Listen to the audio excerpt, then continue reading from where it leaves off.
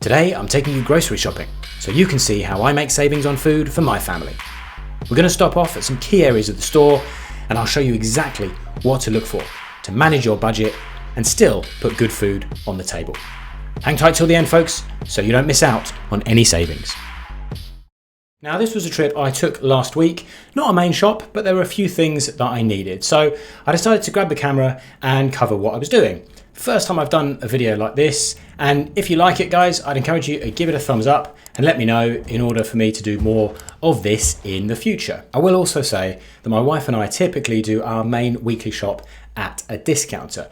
And that's largely because we do a lot of scratch cooking, so the prices we get on ingredients there compared to regular supermarkets are very favourable. Plus, we don't really have any issues with the more limited range that you get at a discount store.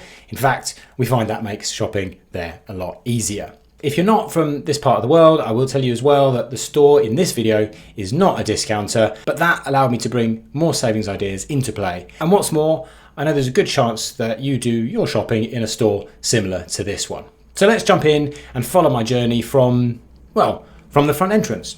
Now, the first thing that hits you in this store is before you even are in the store, actually. You've got these advertising boards here on your left as you come to the main entrance, and you can see straight away how those snacking categories, the impulse categories, are being promoted. And that's really the very first thing in your mind, potentially, before you set foot in the store itself. There's a reason for that, and it's about getting you to spend more money. Now, in fairness, this store, quite unusually for where I live, also has a decent display of produce out the front as well. You can see that over there. So give the retailer its due. There's some balance there in terms of health and nutrition. However, on we go into the produce section proper. Now, what I'm looking for here are two things in particular. The second one is a really, really good way to make savings, and it makes no difference to the product whatsoever. Hold tight for that in just a moment. But first, I'm looking for seasonal produce. What's in season wherever you live should be a better price than that which is not, right? It's all about supply. And I know down here in Oz right now, Hass avocados are in season. And this isn't the best price, but it's good enough. So the first thing you want to be doing, in truth, before you get to the store, is building in some seasonal fruit and veg into your meal plan. So you can get that stuff on your list and go look for it when you're on your shop. Remember, I said number 2 was a real good way to save yourself money. Well, here we go. Heading down this aisle, and that's what I'm looking for. Imperfect picks.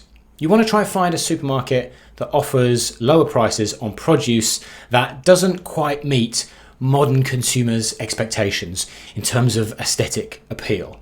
Basically, it's not pretty and it's not beautiful. In other words, it's stuff that's a bit ugly. Like these capsicums, which quite frankly look absolutely fine to me, and that's why they'll go in my cart very happily indeed. Bit further down the aisle, same thing on carrots. So to me, that just screams common sense. I mean, why would I pay for a pretty looking carrot that I'm going to chop to pieces when I get home anyway? Doesn't make sense, and I'm not going to put it in a frame, right? Just before we move to the meat section, a quickie for you. Don't buy bag salad.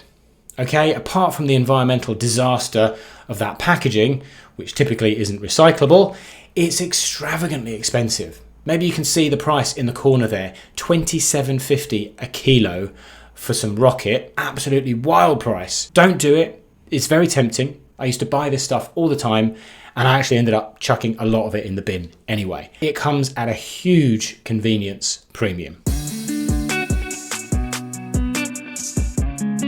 On we go, however, and we're checking out the meat now. In particular, some beef mince is what I have on the list. This is a great bulk buy saving opportunity. If you have the space in the fridge or the freezer, then get the biggest pack you can, because it almost always is going to be better value. In this case, this 2 kilo block of mince is nearly half the price of the 500 gram on a dollars per kilo basis. One thing I will say is there is no information on the value pack that I can see about the fat content of the mince inside it. The smaller pack clearly says on it 10% fat. In other words, it's lean mince. So that might not actually be a fair comparison, in fact, versus the 2 kilo pack. A bit remiss, actually, of the retailer not to have that information on the pack. However, in the footage, you can see there an 18% 500 gram pack on the shelf just above, and that's $14 per kilo for 500 grams. So the bigger pack is still actually better value if you have the space to store it. Okay, now we've got our fresh food and we're heading into the center area of the store. This is where things get really interesting because we're starting to see branded products appearing now when we get in amongst all those canned and packaged foods. So, what are you looking out for here?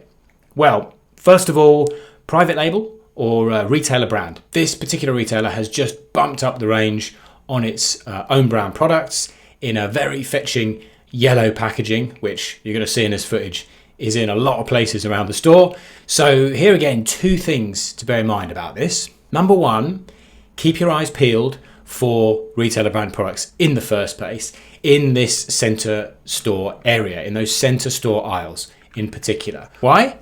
Because they're cheap, basically, folks, certainly compared to national brands. So check out this video if you want to know more about private label and retailer brands. There are significant savings for you to have by buying this stuff. So essentially, don't be a snob, basically, is my advice to you. Secondly, just look where they're stocking all this stuff. Look where they're keeping it. Right down by the floor, out of your line of sight. So you have to go looking for it. Here's a great example in baked beans. Just look at all those brands at eye level and look at all those offers as well, by the way. They're just screaming, buy me, I'm right here, right in front of your face. All looks very appealing, very enticing. But what do you want to do? Look down, look down, look down. There you go. That's a retailer brand, and that's just 26 cents per 100 gram. Well under half the price per 100 grams of the branded alternative, even when that branded alternative is on special. Now here we go again, another example, this time in pasta.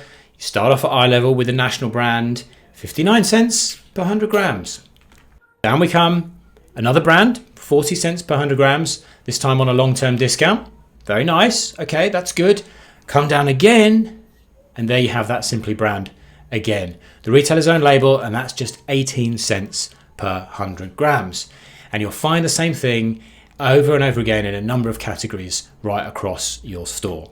So remember, look down to the lower shelves for any private labels that might be tucked away down there. And the other thing that it's worth bearing in mind is just because something's on promotion doesn't mean it's the best value on the day. So make sure you're checking those unit prices so you can make a fair price comparison.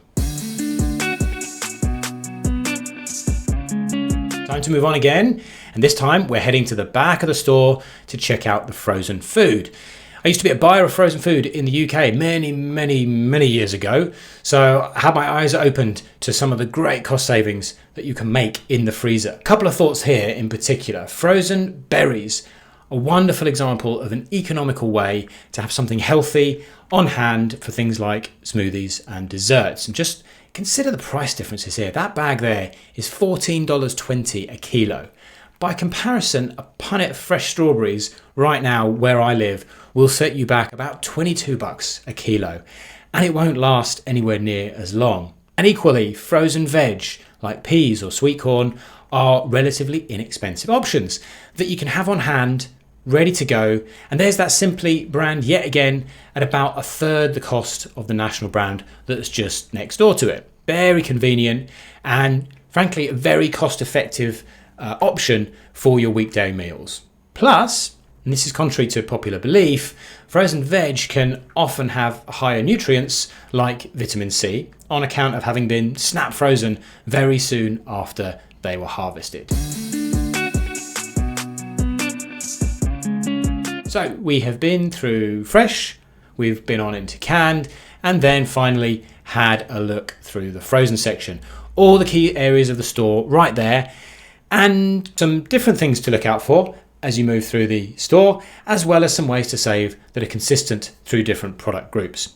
And I just want to close with this. I mentioned the snacking products that were being promoted before I even entered the store. Well, as I made my way back out to the checkouts, and you'll see it here in the footage, I was struck by just how much of that stuff was in big bulk stacks, on aisle end deals, all the way up and down the store. As I say, you can see in the footage, it's literally everywhere. And very, very easy it is to be slipping a packet or two of chips into your trolley. You'd think nothing of it really, but those products, pound for pound, are expensive, not to mention being generally pretty bad for you. Now, if you've got this far in your shop and done it using a list, you're much less likely to buy stuff like that on impulse. But I listened to a video recently by a chap that calls himself the Deal Guy. Very popular channel, millions of views. I'd love to be in that position, and he's no doubt trusted by many people. But one thing he said I have to take exception with. And that was the idea that you shouldn't write a list because you should wait until you get to the store and see what's on special and what's got a good price going that day. Guys, terrible advice in my opinion, because there's really no way that the average person can do a main shop in that way and hope to come back with the right mix of products and the right ingredients to feed their family well for any period of time. It just doesn't work like that. You would have to have the focus of a Buddhist monk. Maybe you'd just be shopping for yourself for like the next day or two. That might make it feasible. But in the main, you are statistically much more likely to buy stuff on impulse that you don't need, as well as forget stuff that you do need when you go to the store without a list. So I'm afraid whatever else the Deal Guy has to say for himself, I would go ahead and ignore that particular tip. Anyway, folks, that is all from me for this week. I hope you enjoyed this one. Please consider hitting subscribe now, and I promise to return that gesture with more family food savings every week. Take care.